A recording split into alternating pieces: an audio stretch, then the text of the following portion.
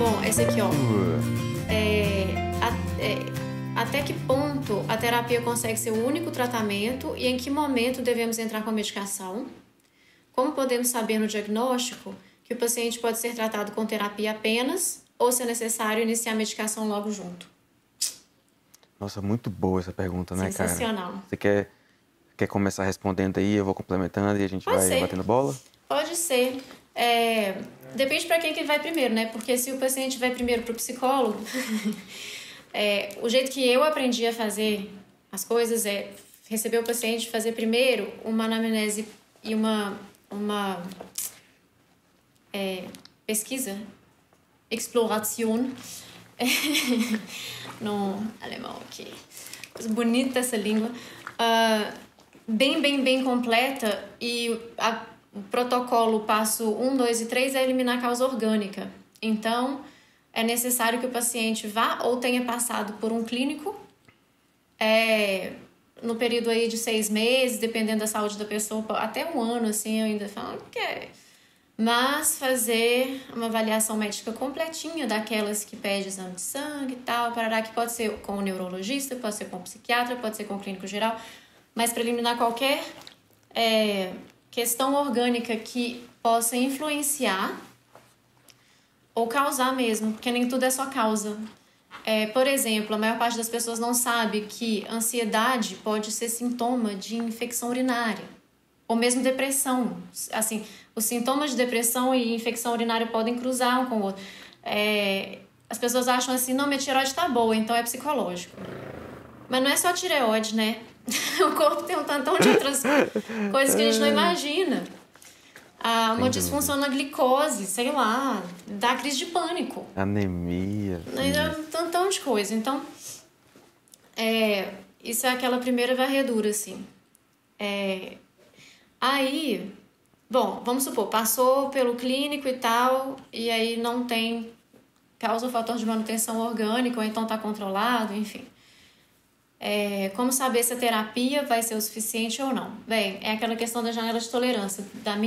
Do meu ponto de avaliação é o seguinte: o quanto que a pessoa dá conta de se regular e o quanto que ela transborda na janela de tolerância dela, aquele 0 a 10.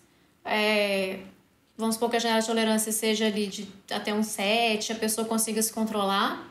E a partir dali ela sinta que já está perdendo controle, começa a ter prejuízo funcional, não dorme direito, deixa de comer, não trabalha direito, os relacionamentos já estão sofrendo com isso. Isso na maior parte dos dias, de modo que não dá tempo, às vezes, a menos que fizesse todos os dias 5 horas de terapia, né?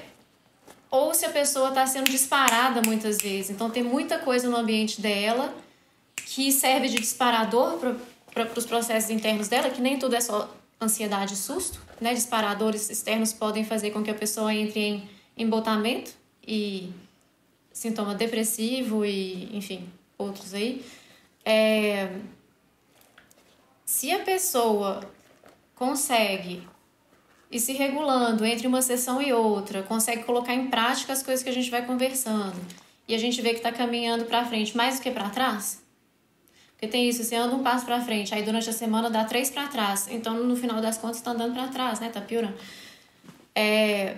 Aí, o acompanhamento médico em termos aí de medicamento se faz interessante. Porque se a pessoa, por exemplo, está sempre com uma ativação de 9 ou 10, a gente nem consegue, às vezes, com a intervenção psicológica, baixar isso, porque a gente precisa que a pessoa tenha uma abertura mínima que seja, mas precisa ter essa abertura para que a gente possa baixar para voltar para a janela de tolerância, para ela aprender e botar em prática os recursos, ou até mesmo de forma passiva que seja, aceitar o reprocessamento do MDR, por exemplo.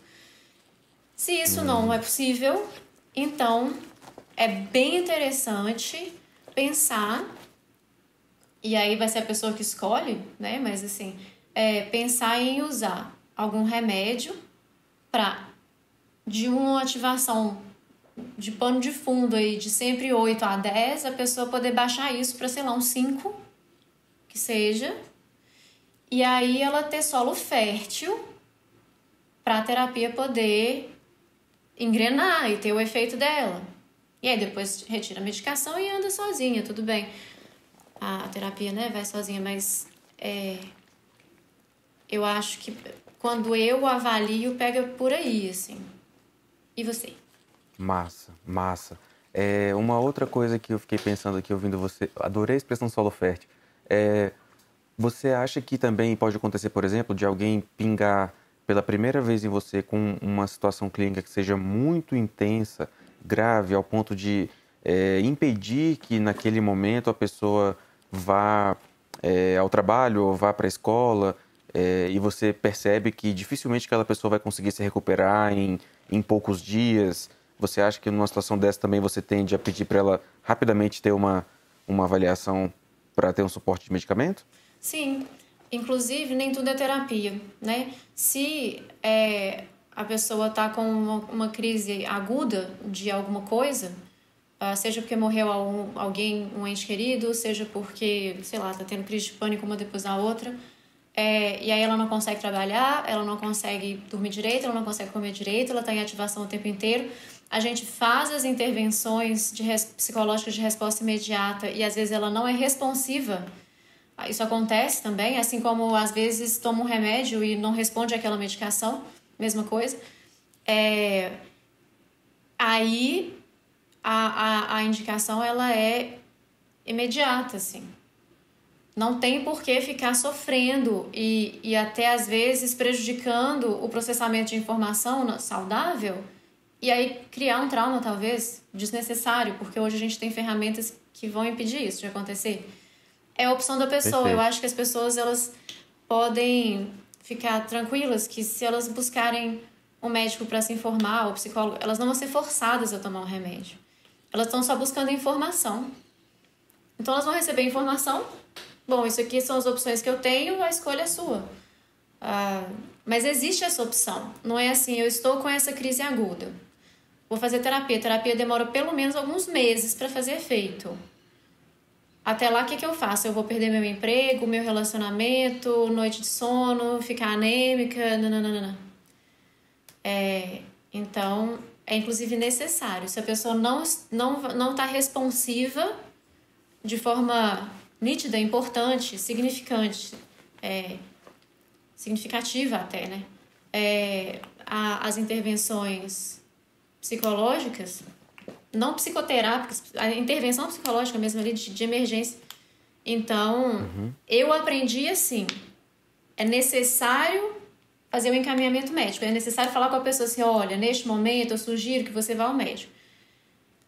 Eu confesso que eu não sei se aqui é lei isso, mas eu aprendi sendo, né? Pelo menos a gente falar isso com o paciente, que a indicação para ele naquele momento, o protocolo é esse, faça isso. Perfeito. Nossa, legal, muito bacana. Olha, do ponto de vista médico, o que a gente vê com maior frequência é alguém procurar o médico quando a coisa já está mais intensa e a funcionalidade está sendo mais gravemente prejudicada. Então, é mais comum que a pessoa chegue quando não está mais conseguindo trabalhar muito bem, ou quando não está mais conseguindo estudar, ou quando está dormindo muito mal, ou está... Exato. Está tendo dificuldade para se alimentar direito, quando a coisa está pegando fogo intensamente. E aí é razoavelmente comum que a gente acabe vendo que cabe um suporte de medicamentos ao mesmo tempo em que a gente fala para a pessoa, vai iniciar a sua psicoterapia, porque a gente já tem aquela história do plano de tratamento. A gente tem uma intervenção que é para agora, que é o medicamento X. A gente tem uma intervenção que é para depois, que é o medicamento Y. E a gente tem intervenção não medicamentosa, que é a psicoterapia é a mais importante, que é para o tempo todo. Médio e longo prazo. Exato. E, eventualmente, tem outras coisas que a gente vai trabalhando sobre o padrão alimentar mesmo, alguns hábitos e a questão da atividade física, que também vai entrando.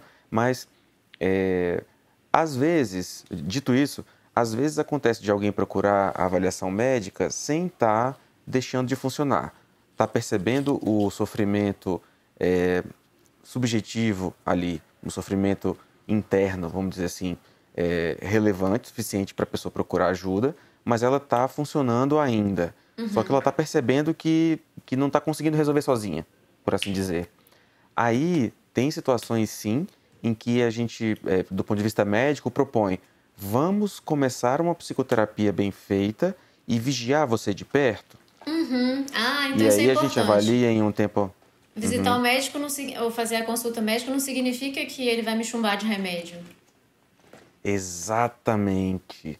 E a outra coisa também legal é assim, a gente pode ter propostas relacionadas aos medicamentos que são diferentes. Muitas vezes eu vou meio pensando alto depois de avaliar uma pessoa e dizendo assim, olha, a gente tem pelo menos 2 ou 3 opções interessantes hoje. E eu vou falar sem ser por ordem de preferência. Eu vou pensar alto junto com você para a gente escolher juntos.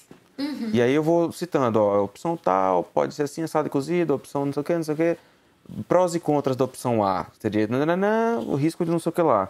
Prós e contras da opção B, tralá, tralá. Se a gente fizer a opção tal, a gente pode talvez rever daqui a uma semana. Se a gente fizer a opção X, a gente pode rever daqui a um mês. Então a gente vai construindo juntos essa escolha, o que é bacana. E às vezes cabe tranquilamente a opção de não tomar nenhum medicamento e ver o que acontece junto com a terapeuta bem feita ali, com a terapia bem feita, ver o que acontece dali a uma semana ou X tempo, enfim, para ver se vai precisar mesmo de medicamento ou não. Faz sentido? Muito bem.